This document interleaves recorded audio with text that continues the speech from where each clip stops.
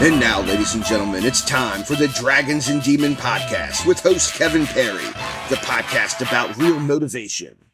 Well, hello and welcome back. Another episode of Dragons and Demons. This one is about finding your passion. First, let me warn you, please excuse my children. I am single dadding it this weekend and this week. My wife is out on travel, but we're figuring it out. They might make a little noise. I'm sorry for that, but we got some fun things to talk about. So first, thanks for joining me. Like, follow, subscribe, share, do all the fun things that get this podcast a little more recognition. Follow me on social media at CoachP_knows. There's a lot of good stuff that I've been posting. I've really been obsessing over the recipes lately, so I've putting a new one out each Wednesday. I'm pumped for this Wednesday, so stay tuned for protein pumpkin loaf. Delicious. A new staple that I'm going to eat every single day. Well, season 2, episode 4, finding your passion. I can't tell you how happy I am that I have found something that I am extremely passionate about and I really enjoy. I found an article online talking about finding your passion. 6 tips, 6 steps, 6 tips, whatever. Finding your passion. Step 1, start with the right perspective. So, my perspective in all this, well, let me backtrack a little. Finding your passion. The reason why this sparked up for me was because it was something that I was stuck on. That's the whole purpose behind this whole podcast, Dragons and Demons, was chasing that dragon, finding my next venture, finding something that I enjoy, and going after it. And Demons is fighting off the depression and all the negative things that chase you. So finding a passion was kind of the core value of this podcast.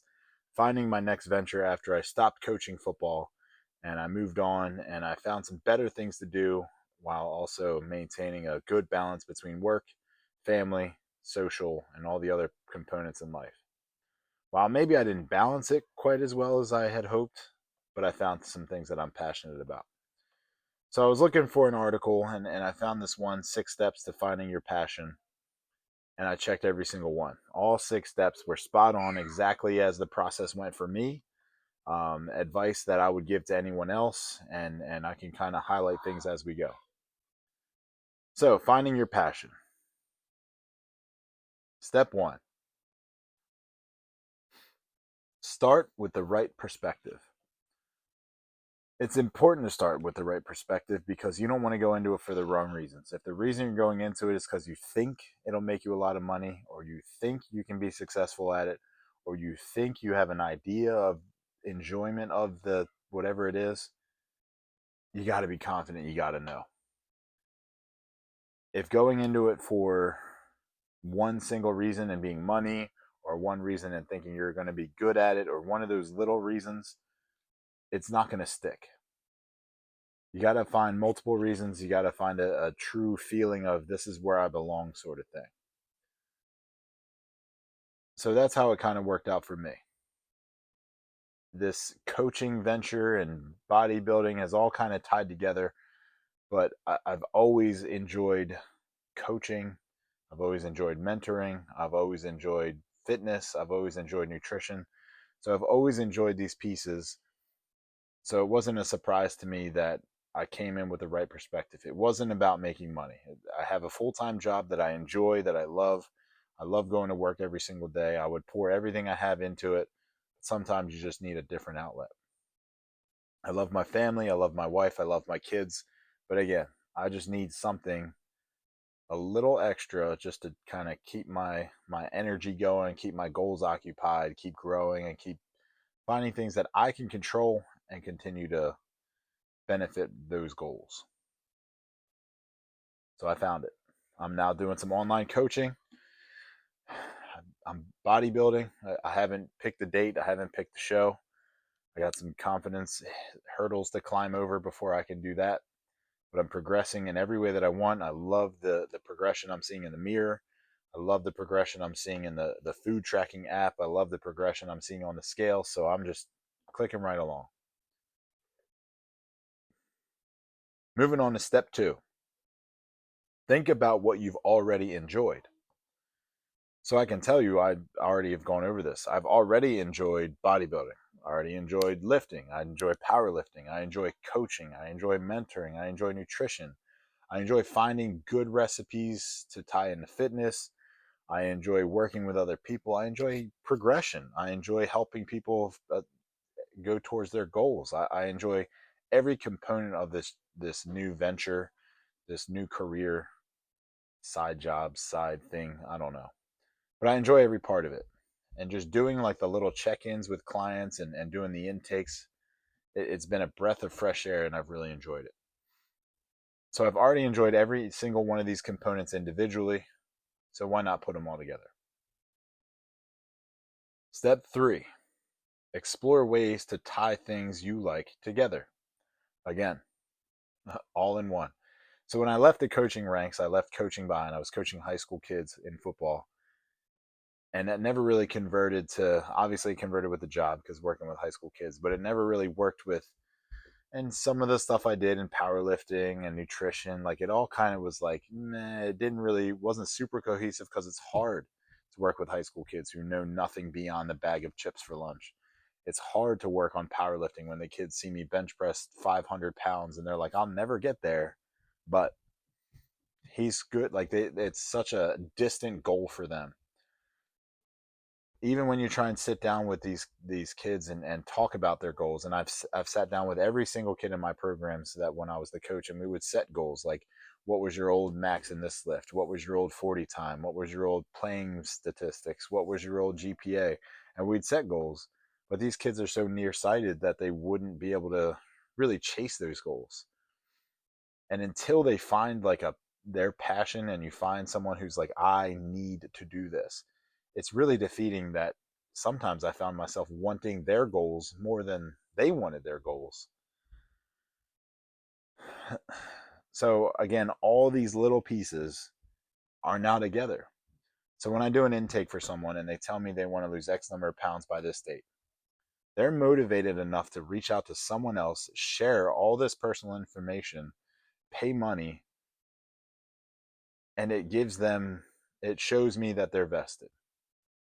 They're interested, they're committed, and I'm telling you right now, I'm not backing down until they reach their goal. So when they put all that out just for me to be like, all right, here's a program, it shows me a lot. It shows me that they're ready, and it makes it fun for me because it's someone who's going to give back. And when I say give back, I don't care about what they give to me. I mean, I'm going to see the progression in their numbers the way it should be. When I write a program for somebody, I don't want to write it just for them to be like, oh, cool. Well, anyway, I was going to do my own thing. That's the worst client to work with. When I write a program for somebody, I want them to be like, this is awesome. What do I have to do next? How can I do more? Like, that's the person that's going to hit their goal. That's the person that's going to feel better. That's the person that's going to sleep better, eat better, live longer, and all those things. That's the reason why I want to do this. When someone's that invested in their goals, it shows. It helps me, it helps them, and really nothing can stop them. And me there to help with accountability and guiding them in the right direction, because some people, they don't know, they don't have the background that I have, they don't have the background in nutrition and lifting and all these. Or maybe it's just like me, when I go to another coach right now, I'm kind of working with two coaches. When I go to them, I know most of the things that they're going to tell me, but I'll cheat myself, whether it's I'm going to cut my nutrition in a different way, or I'm going to cut my sets and reps in a different way. I might cheat myself. Oh, I was tired. I had a bad day. It's okay if I have a little extra food or a little less cardio. It's okay. But instead, I got other people that I look to, and I'm like, tell me what I got to do. And it just helps so much more with me cleaning things up. So all the little things came together. Step 4, discern between hobby and profitable passion. So to me, this is kind of a gray area, discerning between a hobby and a profitable passion, because I mean, some things can be super profitable if you do the right things with them, and some things can just be a hobby depending on how you play it out. For me, a hobby is something like a video game, right? And I know a lot of people make money off of it. I get it. But for me, when I come home, I just need an escape. Sometimes I just need to get on the sticks, play some NCAA college football 25. So glad that's out. Play some Madden. Just bought it. Haven't opened it yet. Play some Call of Duty. Play something just to kind of get that escape and get lost in this virtual world. Sometimes I need to do that. And that's a hobby. That's something that is just for me and my kids, just for me and my family, just that moment. A profitable passion is when it transcends that. And to me, it's something that gives back to you, gives back to the program, gives back to the kids, gives back. It puts a little bit more stake in the game so you get back for it. So when I say that, I mean, I am charging some of these clients very fair pricing, but the money that I get from it, I turn around and I pay for other training courses that I'm taking online. I pay for other programs that I can kind of tear apart, dissect, figure out what I like, what I want to keep so I can grow. Or I take that money and I turn it into marketing things, or I turn it into other branding things for me. And someday I'll have a fully operational business based off of that. And that's where the money goes. Yeah, every now and then I'll cross accounts or whatever, and buy something silly that I needed for the business. But at the same time, the amount of money I'm pouring into it probably outweighs that. So for now, it's kind of it's a wash. I'm probably losing more money than I'm making off of it, but again, it's that skin in the game. It's the difference between. I mean, I could probably take. I don't even know. I guess Twitch, you could make money off of video games, but if I had that video game and just buy another video game, there's no growth there. So if I'm taking money from clients, if clients are paying me to write their programs, and I turn around and invest it into other online training programs or certifications or other programs to compile with mine, it's growth. And I feel like I'm only bringing better things. I'm giving back more to the clients. I'm bringing a better product. So that is the difference between, to me, a hobby and a profitable passion. Step 5, break down your fears so you can overcome. So when I first started, and I've been thinking about doing this for a long time, the online coaching gig, and I've seen people do it, and I've kind of been jealous, and I was kind of self-defeatist when I would look at it and be like, yeah, that'd be cool. But what about all these other things? And I would come up with an excuse. I'd come up with an idea, a reason why I wouldn't be successful, which I wouldn't say I'm successful yet. A reason why it'd be too difficult, a reason why I wouldn't have enough time, a reason why I would put myself down so much. And then one day I was talking to my cousin, and it was just like, go for it. He just said, do it. And then I just did it. And I had a couple of people that reached out to me with some of those negative things, those things that held me back. And maybe it's questions they had for themselves, but it was like, I don't care. I'm just going to try it. And it turned into what it is now. And it's me working with a bunch of clients that I really enjoy working with. But some of those blockades I put in front of me were like, I don't know enough. And then I go online and I buy a couple of programs from some of the pros out there, and I see their programs and I'm like, man, it's good. Don't get me wrong. It's a prettier product than what I have. But at the end of the day, the nuts and bolts of it are the same, maybe a little different just in their style, but the base is there. Like I have a good amount of knowledge, which I didn't have the confidence in until I started coaching a couple of people, took a little bit of that money and invested it back into the program. And that really showed me like, man, my stuff is pretty good. And then you think back to all the hundreds of football players that I've trained over the years and their growth. And you think back to a couple of the clients that I had in college, and I think about their growth. And it's just, I needed to make that jump. I needed to get out of my own way. I needed step 5. I needed to break down my fears and overcome them and just go for it. Once I did that, I've been more confident. I've felt better at work. I feel better at home. My workouts are smoother. The quality of time I spend with my family, I feel like it was just the next step in confidence that I needed for my own personal growth. Number 6, the last one, find your next step. So finding your next step, I mean, in the original was just kicking this thing off and going. Right now, I'm a week in with most of my clients. I think I have 8 clients. Of my 8 clients, about 6 of them are a week in. A couple of them are a couple of days behind as we had some things to get through or communication drawbacks that we had to get over. most of them are seeing a lot of really good progress. I mean, it's still beginning. It's still early. So some of the ones that wanted to lose weight, it might be water weight. Some of the ones that wanted to gain, it might be water weight. Like we're the first week is always tough because you never know really. As things settle in, the second, third, and fourth week is really when you start to see changes, or at least consistency in what you're doing. So it's going really well. My next step is just continue to grow. So now that I have 6 or 7 clients. I'm sorry, I said 8, 6, 7 or 8 clients that are all rounding out their first week. And I'm kind of pushing them along and getting them to a place where they're more and more comfortable and they're more in the routine. They're feeling better about the program. They feel better. They feel better. They feel better. Now they can start to kind of be more automatic and be on their own. And maybe I can pick up another client or two.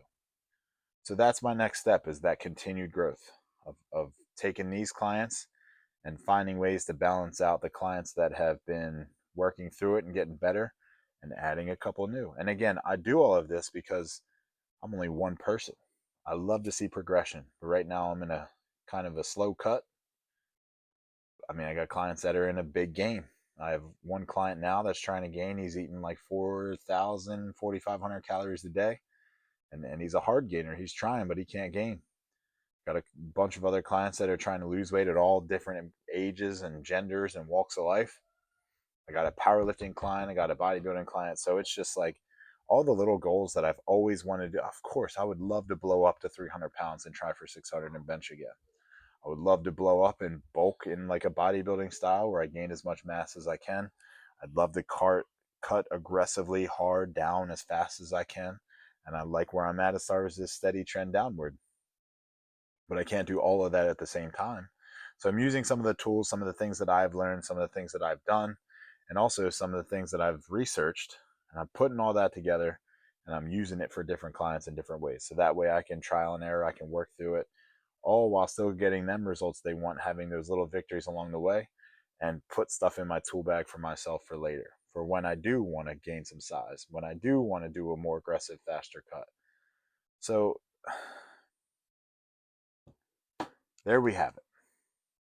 Finding passion. So the steps again, if you are looking to find your passion, if you're lost like I was, start with the right perspective. Think about what you've already enjoyed. Explore ways to tie things you like together. Discern between hobby and profitable passion. Break down your fears so you can overcome them, and find your next step. And honestly, I'll throw a step 7 in there. Go. What are you waiting for? I'm telling you right now, go. Make the jump. Make it happen. Get started. Get moving. Pick it up. Go. If I'm the only one telling you that, I don't. You need to tell yourself it. But again, there are all kinds of people who will block you and stop you and tell you they had better ideas than you, or they had all the ambition but they couldn't. Most of my beginning years of my football coaching career was everyone telling me everything that I couldn't do. Okay. Now I'm gonna. And I walk away from that program 2 10-win seasons, a state semifinalist, and very happy with the polished product that I left it with. Move on to my next venture and working on this one. So that's it. Finding Your Passion, Dragons and Demons, Season 2, Episode 4. That's all I got.